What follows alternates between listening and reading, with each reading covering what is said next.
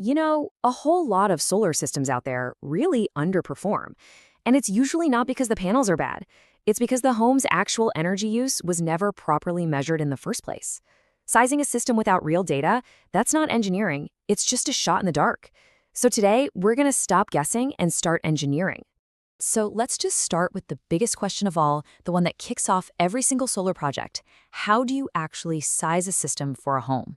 It sounds like it should be simple, right? But the answer you usually get is, well, it's often dangerously wrong.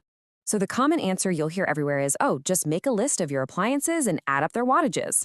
But the real answer, the one professionals use, is to measure the home's entire 24-hour energy profile. And let me tell you, the difference between those two approaches is huge. It's the difference between a system that looks good on paper and one that actually works when you need it most. Okay, so let's dig into this sizing guessing game. We're going to break down exactly why that simple math, just adding up a list, completely fails in the real world. Here's everything that simple guessing game misses. It has no idea about the massive hidden power spikes when things like air conditioners or well pumps kick on. It totally ignores all the cyclic loads, like your refrigerator turning on and off dozens of times a day. It doesn't account for all that vampire power from devices on standby. And most important, it knows absolutely nothing about the real peak demand, which is what determines if your wiring is even safe. So if that's the wrong way, how do we get it right? Well, we have to uncover your home's true load. Think of it like discovering its unique energy fingerprint. See, here's the key thing to understand. Your home is not a static list of appliances. It's a living, breathing, dynamic electrical system. Lights flicker on, pumps cycle, the microwave runs for a minute. All these things are happening constantly, creating this incredibly complex and always changing demand for power. And that leads us to this core idea, the load profile. This is that 24-hour energy fingerprint we were talking about. It's a super detailed recording that captures every single power spike, every little cycle, every constant drain over a full day. It tells the complete, true story of how your home uses energy. So how do we actually get this fingerprint? It's basically a 3-step process. First, a special tool called a clamp meter is put around a single live wire. You don't even have to cut into it. Second, that meter just sits there and logs the current flowing through that wire second by second for a full 24 hours. And third, all that data gets turned into a graph, and that graph shows us everything. Now, here comes the fun part, the payoff. Once we have that data, we can finally do data-driven system design. This is where all that measurement turns into solid, reliable answers for building your solar system. First up, the inverter. Your inverter couldn't care less about your average energy use. What it cares about is the absolute highest, nastiest power spike it will ever have to deal with.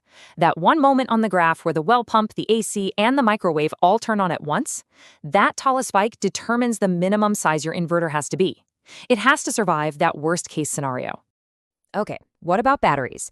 Well, a battery stores energy, which is just power used over time. So if you look at our graph, the total area underneath that 24-hour curve, that's your total daily energy consumption in kilowatt hours. That number tells you exactly how much battery storage you're going to need to make it through the night. No guessing. And this one is critical, wiring safety. That same peak load doesn't just push the inverter to its limit, it pushes your wires. The conductors in your wall have to be thick enough to handle that absolute maximum current without getting hot. Undersize that, and you're looking at a major fire risk. That peak on the graph dictates the safety limit, period. So let's just be crystal clear about this. The average current, the number you might kind of get from your utility bill, is completely useless for designing a system that can handle real stress. It's the peak current that tells the real story. It's what determines the limits for your inverter and, most importantly, for your wiring.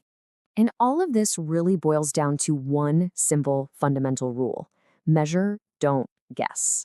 This isn't just about making an efficient system. It's the absolute foundation for making a system that's safe and reliable. Now, when you do measure, you've got to do it right. And here is the single biggest mistake people make, a really critical warning. If you put that clamp meter around both the live and the neutral wires at the same time, their magnetic fields cancel each other out, and your meter will just read 0. It's a super common error, and it makes all your data completely worthless. And of course, safety is everything. Seriously, do not ever work inside a live electrical panel unless you are a qualified professional. You also need to make sure your meter is rated to run for 24 hours straight, be aware that even testing can cause heat issues, And you have to understand the technical details, like the difference between RMS and peak current, to even know what the data is telling you. So really, the big takeaway here is that you need to completely reframe the problem. The question you should be asking isn't, what appliances do I have? The right question, the only question that matters, is how much energy does my home actually demand from moment to moment over a full day? And that brings us right to our final thought. The whole point of this explainer. Proper solar design is not about estimation. It's about measurement to get the real, hard data. And it's about verification to make sure your design can actually handle reality. That right there is the only way to build a system you can truly and safely depend on.